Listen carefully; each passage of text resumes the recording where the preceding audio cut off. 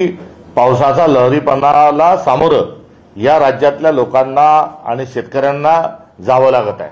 आसमानी आणि सुलतानी संकट हे महाराष्ट्रावर आलेलं आहे आणि सातत्याने काँग्रेस पक्ष आम्ही राज्यपालांना भेटल्यापासून तर इतर सर्व आयुध वापरत असताना सरसकट 50,000 रुपये प्रति हेक्टरी हे शेतकऱ्यांना मदत म्हणून तात्काळ द्यावे।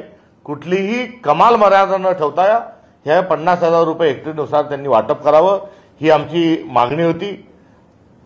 मागच्या आठवड्यात देखील या संदर्भामध्ये पत्रकार परिषदेमध्ये आम्ही त्याचा उल्लेख केला होता, मुख्यमंत्र्यांनाही त्यानुसार आम्ही पत्र लिहिलेलं आहे।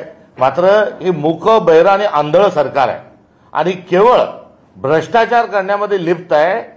एवढे मोठ्या प्रकारची आपत्ती येऊन देखील हे काहीही करायला तयार नाही, ही अत्यंत संतापजनक आहे। एवढंच नाही तर आपण बघताय की मागच्या 10 दिवसापासून पाऊस पडत असताना एकही मंत्री मुख्यमंत्री हा या सगळ्या पावसाच्या परिस्थितीवर हे बोलायला तयार नव्हते।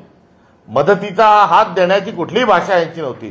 कोणताही यांचा मंत्री जो आहे शेतकऱ्याच्या बांधापर्यंत त्या ठिकाणी जात नव्हते आणि एवढा मोठा गंभीर प्रश्न असताना एक चुकार शब्दही या तोंडातून जर काढायला तयार नसतील तर अशा सर्व वृत्तीचा प्रवृत्तीचा धिक्कार केला पाहिजे।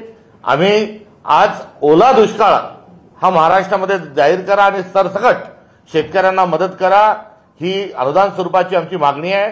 दोन प्रकारचं नुकसान झालेलं आहे। एक पिकांची अतिवृष्टीमुळे पिकांची झालेले नुकसान, ज्यामध्ये पूर्ण खरीप हंगाम जो आहे हा बुडलेला आहे।